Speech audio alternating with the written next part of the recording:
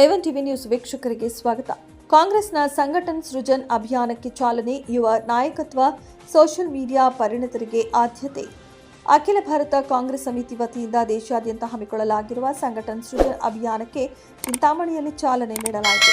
ಚಿಂತಾಮಣಿ ನಗರದ ಎಂಸಿ ಆಂಜನೇಯ ರೆಡ್ಡಿ ಕಲ್ಯಾಣ ಮಂಟಪ ಹಾಗೂ ಕೊಟಗಲ್ ಗ್ರಾಮ ಪಂಚಾಯಿತಿ ವ್ಯಾಪ್ತಿಯ ಸಿಂಗರೇಪಲ್ಲಿಯ ಶ್ರೀ ಲಕ್ಷ್ಮೀ ನರಸಿಂಹಸ್ವಾಮಿ ಕಲ್ಯಾಣ ಮಂಟಪದಲ್ಲಿ ಆಯೋಜಿಸಲಾಗಿದ್ದ ಈ ಕಾರ್ಯಕ್ರಮಕ್ಕೆ ಎಐಸಿಸಿ ರಾಷ್ಟ್ರೀಯ ವೀಕ್ಷಕರಾದ ಡಾಕ್ಟರ್ ಪಾಲಾಕ್ ವರ್ಮಾ ಅವರು ಚಾಲನೆ ನೀಡಿದರು. ಇಂದಿನ ಆಧುನಿಕ ಕಾಲಘಟ್ಟಕ್ಕೆ ತಕ್ಕಂತೆ ಸಾಮಾಜಿಕ ಜಾಲತಾಣಗಳು ಸೇರಿದಂತೆ ವಿವಿಧ ಕ್ಷೇತ್ರಗಳಲ್ಲಿ ಪರಿಣಿತಿ ಹೊಂದಿರುವ ಹಾಗೂ ಹೊಸ ಪೀಳಿಗೆಯ ಸಮರ್ಥ ನಾಯಕರನ್ನ ಜಿಲ್ಲಾಧ್ಯಕ್ಷ ಸ್ಥಾನಕ್ಕೆ ಆಯ್ಕೆ ಮಾಡುವ ಪ್ರಕ್ರಿಯೆ ಈ ಅಭಿಯಾನದ ಮೂಲಕ ನಡೆಯಲಿದೆ. ಆಯ್ಕೆಯಾಗುವ ನೂತನ ಜಿಲ್ಲಾಧ್ಯಕ್ಷರಿಗೆ ದೆಹಲಿಯಲ್ಲಿ 10 ದಿನಗಳ ಕಾಲ ವಿಶೇಷ ತರಬೇತಿ ನೀಡಲಾಗುವುದು. ತರಬೇತಿಯ ನಂತರ ನೂತನ ಸಮಿತಿಗಳನ್ನು ರಚಿಸಲಾಗುವುದು ಎಂದು ತಿಳಿಸಲಾಯಿತು.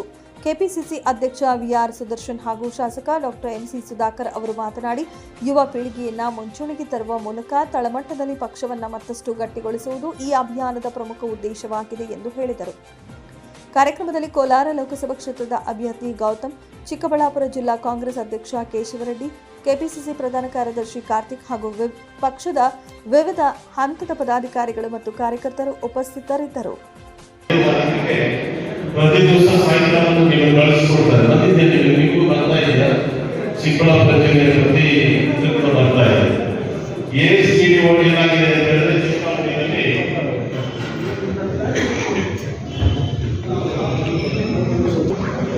ಆಕ್ಸಿಡೆಂಟ್ ಆಗಿರುವಂತವರು 1,254, ಆಮೇಲೆ ಪರ್ಮನೆಂಟ್ ಆಗಿ ಶಿಫ್ಟ್ ಆಗಿರುವಂತವರು 27,049. ಅಂದ್ರೆ ಚಿಂತಾಮಣಿ ವಿಧಾನಸಭಾ ಕ್ಷೇತ್ರದಿಂದ ಬೇರೆ ಕಡೆಗೆ ಶಿಫ್ಟ್ ಆಗಿದ್ದಾರೆ ಅಂತ ನೀವು ನೋಡ್ಬೋದು.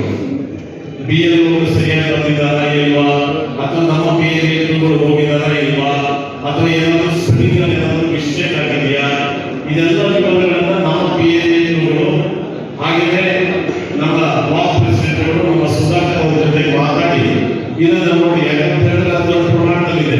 27,000 ಅಂತ ಹೇಳಿದ್ರೆ ದೊಡ್ಡ ಪ್ರಮಾಣದಲ್ಲಿ.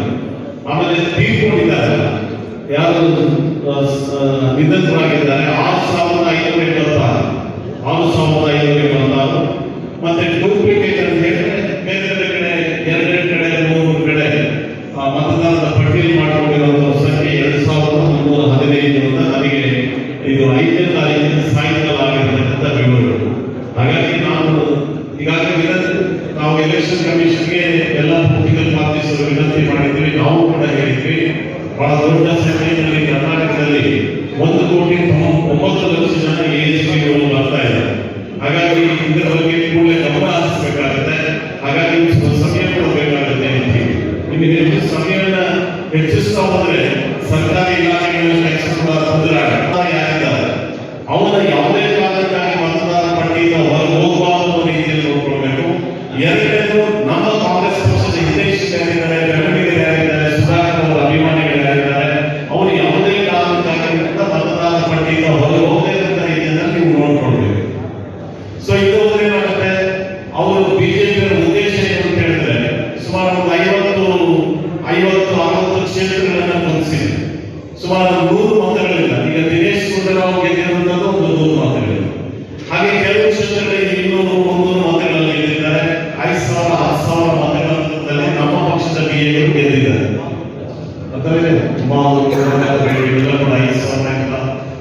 ಗೆದ್ದಿದ್ದಾರೆ. ಅವರ ಉದ್ದೇಶ ಏನು ಅಂತ ಹೇಳಿದ್ರೆ, ಒಂದು 3,000-4,000 ಮತಗಳನ್ನು ಕೂಡ ಕಾಂಗ್ರೆಸ್ಸಿಗೆ ಬೆಂಬಲ ಮಾಡತಕ್ಕಂಥ ಮತದಾರ ಪಟ್ಟಿಯಲ್ಲಿ ಸೇರಿಕೊಂಡೇ ಹೋದ್ರೆ ನಮ್ಮ ಅವರ ಚುನಾವಣೆಗೆ ಗೆಲ್ಲುವಂತೆ ಒಂದು 50 ಕ್ಷೇತ್ರಗಳಲ್ಲಿ ನಾವು ಎಮ್ಮೆಲ್ಲೆಗಳನ್ನ ಮಾಡಿಕೊಡುವುದು ಅಂತ ಅವರ ದುರಾಲೋಚನೆಗಳು ಮತ್ತು ಉದ್ದೇಶಗಳು ಕೂಡ ಇದೆ. ಹಾಗಾಗಿ ಗ್ರಾಮ ಪಂಚಾಯತ್, ತಾಲೂಕು ಪಂಚಾಯತ್, ಜಿಲ್ಲಾ ಪಂಚಾಯತ್, ಪಟ್ಟಣ ಪಂಚಾಯತ್ ಮತ್ತೆ ನಗರಸಭೆ ಎಲ್ಲ ಚುನಾವಣೆಗಳು ಕೂಡ ಬರ್ತವೆ. ಇದಾದ್ಮೇಲೆ ಅಸೆಂಬ್ಲಿ ಚುನಾವಣೆ ಬರುತ್ತೆ, ಇದಾದ್ಮೇಲೆ ಪಾರ್ಲಿಮೆಂಟ್ ಚುನಾವಣೆ ಬರುತ್ತೆ.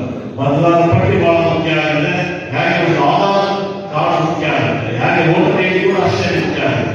ಅದರ ಜೊತೆಗೆ ನಮ್ಮ ಮುಖ್ಯಮಂತ್ರಿ DK ಶಿವಕುಮಾರ್ ಅವರು ಕೂಡ ಜನರಿಗೆ ಒಂದು ವಾಸಸ್ಥಳದ ಸರ್ಟಿಫಿಕೇಟ್ ಕೂಡ ಕೊಡಬೇಕು ಅಂತ ಹೇಳಿ ಅಧಿಕಾರಿಗಳಿಗೆ ತಿಳಿಸಿದ್ದಾರೆ. ಪರ್ಮನೆಂಟ್ ರೆಸಿಡೆನ್ಸಿ ಸರ್ಟಿಫಿಕೇಟ್ ಅಂತ ಹೇಳಿ ಅದನ್ನು ಕೂಡ ನೀವು ಪಡ್ಕೊಳ್ಳೋಕೆ ಅವಕಾಶಗಳಿದ್ದಾವೆ. ಅದನ್ನೇ ಸುಮ್ಮನೆ ಹಾಗೆ ಕೊಡೋದಿಲ್ಲ.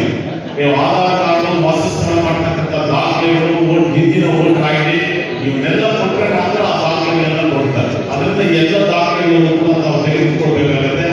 ಎಲೆಕ್ಷನ್ ಕಮಿಷನ್ ಯಾವುದೇ ಗೋಧನೆ ಆಗಿರಲಿಲ್ಲ. ಈ ಸ್ಪೆಷಲ್ ಇಂಟೆನ್ಸಿವ್ ರಿವಿಷನ್ ಇದೆಯಲ್ಲ, ಯಾವುದೇ ಗೋಧನೆ ಆಗಿರಲಿಲ್ಲ. ಇವತ್ತು ಅನೇಕ ಗೊಂದಲಗಳು ಇದೆಲ್ಲ ಕೂಡ ಚರ್ಚೆ ಆಗ್ತಾ ಇದೆ. ಹಾಗಾಗಿ ಸ್ನೇಹಿತರೆ, ನಾವು ಹೇಳಿದ್ದೇವೆ, ನೀವು ಆಧಾರ್ ಕಾರ್ಡ್ ಲಿಂಕ್ ಮಾಡಿದ್ರೆ ಇಷ್ಟೊಂದು ಸಮಸ್ಯೆಗಳೆಲ್ಲ ಮಾಡಿ ಅವ್ರು ಬಿಜೆಪಿ ಸರ್ಕಾರ, ಎನ್ಡಿಎ ಸರ್ಕಾರಕ್ಕೆ ಎಲೆಕ್ಷನ್ 4 ವರ್ಷಗಳಿಂದಲೇ ಕಳಿಸ್ಕೊಂಡಿದ್ದಾರೆ. ಇದನ್ನು ಬರೋದಿಲ್ಲ. ವೆಸ್ಟ್ ಬೆಂಗಾಲ್, ಬಿಹಾರದಲ್ಲಿ ಈ ರೀತಿಯ ಮತದಾರ ಪಟ್ಟಿಯಿಂದ ಕಾಂಗ್ರೆಸ್ಗೆ ಅಥವಾ ವಿರೋಧ ಪಕ್ಷ ಬೆಂಬಲ ಕೊಟ್ಟಂತ ಮತದಾರರನ್ನ ಪಟ್ಟಿಯಿಂದ ಸಾಧಿಸೋದಕ್ಕೆ ಸಾಧ್ಯ ಆಗುತ್ತೆ ಅಂತ ಹೇಳಿ ಅದನ್ನು ಇನ್ನೂ ಕೂಡ ಹಿಂದೆಯಿಂದ ನೋಡ್ತಾ ಇದೆ. ನಮ್ಮ ಒತ್ತಾಯ ಏನಿದೆ, ಆಧಾರ್ ಕಾರ್ಡ್ ಮುಂದಿನ ದಿವಸಗಳಲ್ಲಿ ಲಿಂಕ್ ಮಾಡಿಬಿಟ್ರೆ ಅನೇಕ ಸಮಸ್ಯೆಗಳು ಕೂಡ ಕಡಿಮೆ ಆಗಿದೆ ಅನ್ನೋ ಅಭಿಪ್ರಾಯಗಳು ಕೂಡ ಅವರಿಗೆ ಸ್ಪಷ್ಟವಾಗಿ ಹೇಳಿದ್ರೆ. ಹಾಗಾಗಿ ತಾವೆಲ್ಲರೂ ಕೂಡ ಈ ಕಾರ್ಯಕ್ರಮ ಯಶಸ್ವಿಯಾದ ರೀತಿಯಲ್ಲಿ ಸಹಕರಿಸಿಕೊಳ್ಬೇಕು ಅಂತ ಹೇಳಿ ನಮ್ಮ ಮನವಿಯನ್ನ ಮಾಡಬೇಕು. ಮತ್ತೆ ಮಧ್ಯಾಹ್ನ ಬೇರೆ ಹೋಟೆಲ್ ಬ್ಲಾಕ್ ಕೂಡ ಆಯಾ ಬ್ಲಾಕ್ನೇ ಮಾಡಬೇಕಾಗುತ್ತೆ. ಅಲ್ಲಿನ ಬ್ಲಾಕ್ ನಿಮಗೆ ಯಾರು ಕೂಡ ಅಭಿಪ್ರಾಯಗಳನ್ನು ಹೇಳಬೇಕು, ಅಭಿಪ್ರಾಯಗಳನ್ನು ನಾವು ಹೇಳಬೇಕು ಅಂತ ಹೇಳಿ ನಾವು ಮನವಿಯನ್ನು ಮಾಡಿಕೊಂಡು ನಮ್ಮ ಡಿಸಿಸಿ ಅಧ್ಯಕ್ಷರು ಕೂಡ ಎಲ್ಲ ಈಗ ಮೊನ್ನೆ ಗೌರಿಬಿದನೂರು ಸಭೆ ವ್ಯವಸ್ಥೆ ಮಾಡಿದ್ರು, ನಿನ್ನೆ ಚಿಕ್ಕಬಳ್ಳಾಪುರದಲ್ಲಿ ವ್ಯವಸ್ಥೆ ಮಾಡಿದ್ರು.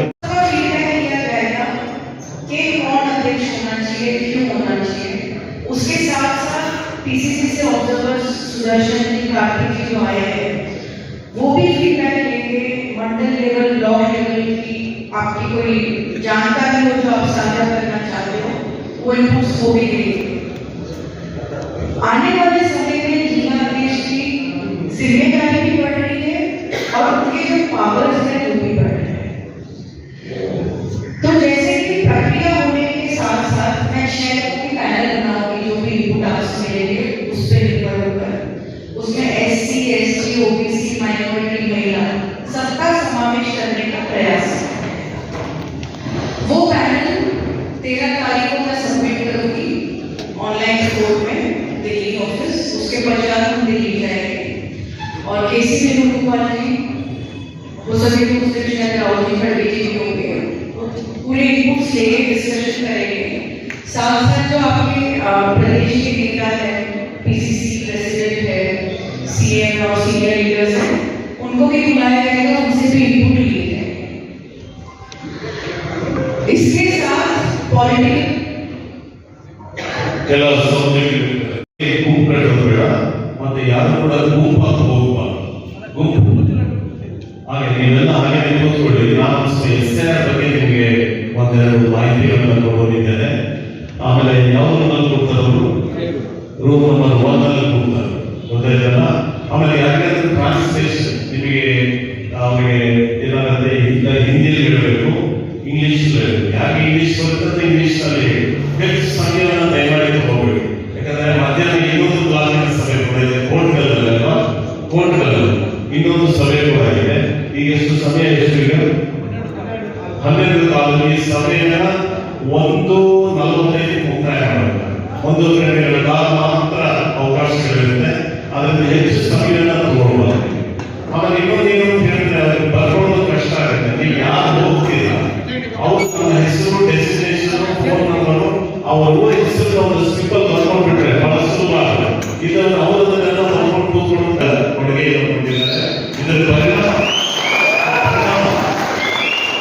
ಚಿಂತಾಮಣಿ ಅಂತ ಹೇಳಿದ್ರೆ ಇವತ್ತು ಬಹಳ ದೊಡ್ಡ ಪ್ರಮಾಣದಲ್ಲಿ GST ಕಾಂಟ್ರಿಬ್ಯೂಟ್ ಮಾಡಿ, ರಾಜ್ಯಕ್ಕೆ ಬಹಳ ದೊಡ್ಡ ಪ್ರಮಾಣದಲ್ಲಿ GST ಕೂಡ ಕಾಂಟ್ರಿಬ್ಯೂಟ್ ಮಾಡ್ತೀವಿ. ಎಲ್ಲ ರೀತಿಯಲ್ಲಿ ಹೇಳಿದ್ರೆ ಬಹಳ ಪ್ರಾಮುಖ್ಯತೆಯನ್ನು ಪಡ್ಕೊಂಡಿರುವಂತಹ ಒಂದು ಪಟ್ಟಣ ಅಂತ ಹೇಳಿ ಎಲ್ಲರ ಅಭಿಪ್ರಾಯಗಳು ಕೂಡ ಇದ್ದಾರೆ.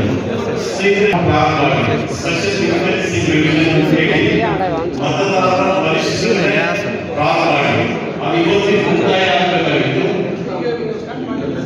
टिकट लेना चाहिए, क्यों लेना चाहिए, वो वर्ड PEC के सामने जिला अध्यक्ष खुद से रखेंगे और साथ साथ उनका रेगुलर बेसिस पे जो भी कार्यशैली रह रही है वो ऑनलाइन अपडेट भी होती रहेगी और हर रेगुलर इंटरनेट पे उनका इवैल्यूएशन भी रहेगा. अगर वो अच्छे से काम कर रहे हैं तो उनको कंटिन्यू किया जाएगा. अगर लगता है कि जिस तरीके से कार्यशैली होनी चाहिए और वो नहीं है तो फिर संगठन के बदलने के बारे में भी सोच सकते हैं. साथ साथ में जैसे पॉलिटिकल अफेयर्स कमेटी रहती है स्टेट में,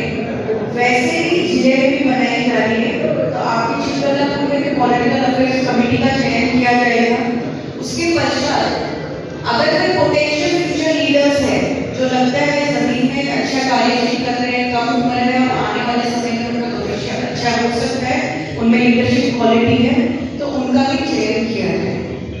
अब इस मीटिंग आपकी मीटिंग जारी रहेगी, परंतु इसके साथ साथ में 1-to-1 फीडबैक अंदर आप सबसे होगी। तो जो आपकी और मेरी बात है वो हम लोगों के बीच में रहेगी, वो तीसरी जगह नहीं जाएगी, क्योंकि मेरे साथ जो पीसीसी ऑब्जर्वर्स है वो भी नहीं होंगे और मैं ये प्रदेशों में किसी से डिस्कशन नहीं करूँगी। परंतु अगर भाषा का प्रॉब्लम है तो अपना ट्रांसलेटर आप खुद ला सकते हो, जिस पर आपको भरोसा है। 1-to-1 इंटरेक्शन में अपना ट्रांसलेटर आपको देख रहेगा। धन्यवाद। जय हिंद। ಅದು ಮೊದಲಿಂದ ಆ ರೀತಿಯಾಗಿ ಪದ್ಧತಿ ಬಂದಿತ್ತು. ಆದರೆ ಈಗ ಮಲ್ಲಿಕಾರ್ಜುನ ಖರ್ಗೆ ಅವರು, ರಾಹುಲ್ ಗಾಂಧಿ ಅವರು ವಿಶೇಷವಾದ ಆಸಕ್ತಿಯನ್ನು ತಗೊಂಡು ಇಡೀ ದೇಶದಲ್ಲಿ ಬರೀ ಚಿಕ್ಕಬಳ್ಳಾಪುರ ಜಿಲ್ಲೆಯಲ್ಲಿ ಮಾಡ್ತಿದ್ದಾರೆ ಅಥವಾ ಕೋಲಾರ ಜಿಲ್ಲೆಯಲ್ಲಿ ಮಾಡ್ತಿದ್ದಾರೆ ಅಂತಲ್ಲ, ಎಲ್ಲ ಇಡೀ ರಾಷ್ಟ್ರದಲ್ಲೇ ಎಲ್ಲ ರಾಜ್ಯಗಳಲ್ಲೂ ಹೀಗೆ ಮಾಡ್ಕೊಂಡು ಬಂದಿದ್ದಾರೆ. ಮತ್ತೆ ಈಗಾಗಲೇ ನಾವು ಇಂಥ ಒಂದು ಪ್ರಕ್ರಿಯೆಯಲ್ಲಿ 6 ಜಿಲ್ಲೆಗಳಲ್ಲೂ ಕೂಡ ಭಾಗವಹಿಸಿದ್ದಾರೆ ಎಂದು ಪಾಲಕರು ತಿಳಿಸಿದ್ದಾರೆ. ಮತ್ತೆ ಈ ಅಭಿಪ್ರಾಯ ಏನಿದೆ ಇದನ್ನು ತೆಗೆದುಕೊಂಡಿದ್ದಾದ್ಮೇಲೆ ಸುಮಾರು 6 ಹೆಸರುಗಳನ್ನು ನಾವು ಕಳಿಸ್ಕೊಡ್ಬೇಕಾಗುತ್ತೆ. ಅದು ಬೇರೆ ಬೇರೆ ಕ್ಯಾಟಗರಿಗೆ ಸಂಬಂಧಪಟ್ಟ ಹಾಗೆ 6 ಜನರ ಹೆಸರುಗಳನ್ನು ಕಳಿಸ್ಬೇಕಾಗುತ್ತೆ. ನಾನು ಮಾತಾಡಿದ ರೂಪಲ್ಲಿ ಕೂತ್ಕೊಳ್ತೀನಿ ಅಂತ ಹೇಳ್ತಿದ್ದಾರೆ. ಆ ಎಲ್ಲರ ಅಭಿಪ್ರಾಯಗಳನ್ನು ಕೂಡ ತೆಗೆದುಕೊಳ್ತೀನಿ ಅನ್ನೋ ಮಾತನ್ನು ಕೂಡ ಅವರು ಹೇಳಿ, ಈ ಏನು ಅಬ್ಸರ್ವೇಷನ್ಸ್ ಏನಿದೆ ಅವರು ಮಾಡುವಂತಹ ಶಿಫಾರಸುಗಳು, ಅವರು ಗಮನಿಸುವಂತಹ ಅಂಶಗಳೇನಿರ್ತವೆ ಅದನ್ನ ನಾವು ನಮ್ಮ ಕೆಪಿಸಿಸಿ ಅಧ್ಯಕ್ಷರ ಜೊತೆಗೆ ಮತ್ತು ಮುಖ್ಯಮಂತ್ರಿಗಳ ಜೊತೆಗೆ ಕೂಡ ಅಲ್ಲಿನ ಎಐಸಿಸಿ ಅಧ್ಯಕ್ಷರು ಮಲ್ಲಿಕಾರ್ಜುನ ಖರ್ಗೆ ಅವರು, ರಾಹುಲ್ ಗಾಂಧಿ ಅವರು ಮತ್ತು ಸಿದ್ದರಾಮಯ್ಯ ಅವರ ಜೊತೆಗೆ ಕೂಡ ಚರ್ಚೆಗಳನ್ನು ಮಾಡಿ ಅಂತಿಮವಾಗಿ ಯಾವ್ಯಾವ ಜಿಲ್ಲೆಗಳಲ್ಲಿ ಯಾರ್ಯಾರು ಪಿಸಿಸಿ ಅಧ್ಯಕ್ಷರು ಆಗಬೇಕು ಅನ್ನುವಂಥ ಕ್ರಮಗಳನ್ನು ನಾವು ತೆಗೆದುಕೊಳ್ಳುವಂಥದ್ದು. ಇದನ್ನ ಗಮನದಲ್ಲಿ ಇಟ್ಕೊಂಡು ಅವರಿಗೆ ಒಂದು ವಿಶೇಷವಾದಂತಹ ಅಭಿಮಾನವನ್ನು ಕೂಡ ಹೇಳಿದ್ದಾರೆ ಈ ಕ್ಷೇತ್ರದ ಬಗ್ಗೆ.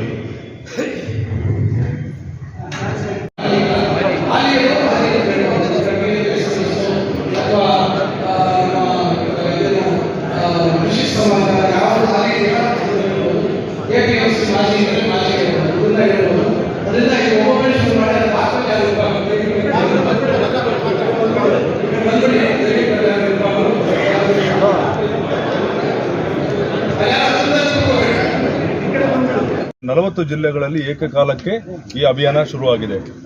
ಚಿಕ್ಕಬಳ್ಳಾಪುರಕ್ಕೆ ಮೇಡಮ್ ಡಾಕ್ಟರ್ ಪಾಲಕ್ ಶರ್ಮಾ ಅಂತ ಹೇಳಿ, ಪಾಲಕ್ ವರ್ಮಾ ಅಂತ ಹೇಳಿ ನಮ್ಮ ಗುಜರಾತ್ನವರು, ಅವ್ರಿಗೂ ಯೂತ್ ಕಾಂಗ್ರೆಸ್ ಇಂದ ಬಂದಿದ್ದಾರೆ. ಅವರಿಗೆ ಎಐಸಿಸಿ ಅಲ್ಲಿ ಕಾರ್ಯದರ್ಶಿಯಾಗಿ ಆಂಧ್ರ ಪ್ರದೇಶ್ ಇನ್ಚಾರ್ಜ್ ಆಗಿದ್ದಾರೆ. ಆಮೇಲೆ ಅಂಡಮಾನ್ ನಿಕೋಬಾರ್ ಐಲ್ಯಾಂಡ್ಸ್ಗೂ ಅವರೇ ಇನ್ಚಾರ್ಜ್ ಆಗಿದ್ದಾರೆ.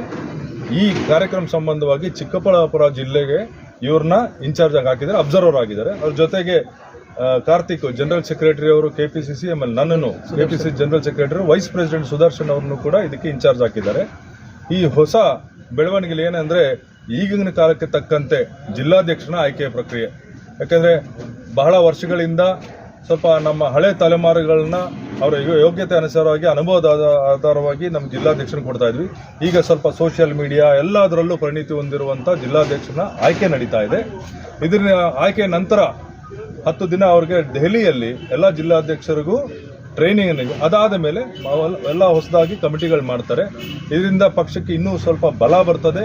ಎಲ್ಲ ವರ್ಗಗಳಿಗೂ, ಎಲ್ಲ ಸಮಾಜದಲ್ಲಿ ಎಲ್ಲ ವರ್ಗಗಳಿಗೂ ಪ್ರಾಮುಖ್ಯತೆ ಕೊಡಬೇಕನ್ನೋ ಉದ್ದೇಶದಿಂದ, ಹೊಸ ಪೀಳಿಗೆಯನ್ನು ತರಬೇಕನ್ನೋ ಉದ್ದೇಶದಿಂದ ಈ ಕಾರ್ಯಕ್ರಮ ಮಾಡ್ತಾ ಇದ್ದೀವಿ. Abhiyan.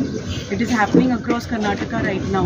So AICC observers are going in the district and investing 7 to 10 days visiting block wise and taking the inputs of the Congress leaders, workers, civil societies, NGOs, and based on that feedback they are preparing a panel of 6 people which is inclusive of SC, ST, OBC, minority and Mahila, trying to include all of that. After that the panel will be prepared based on the feedback and that panel will be submitted to the AICC leadership by 13th of this month, and based on that the leader or the district president will be decided who will become the district president. Following that they'll have a training period of 10 days based on the dates decided by the leadership, and they'll be given regular tasks and their regular evaluation will be taken. Simultaneously political affairs committee for the district level will also be formed. We are even seeing future potential leaders for the district. So based on the feedback of the Chintamani district, this panel will be prepared and I will be submitting my records, and right now I have already completed 6 block visit. 4 blocks will be completed in next 2 days. After that we'll be meeting one-to-one to the aspirants and taking other feedbacks of the senior leaders also. Thank you.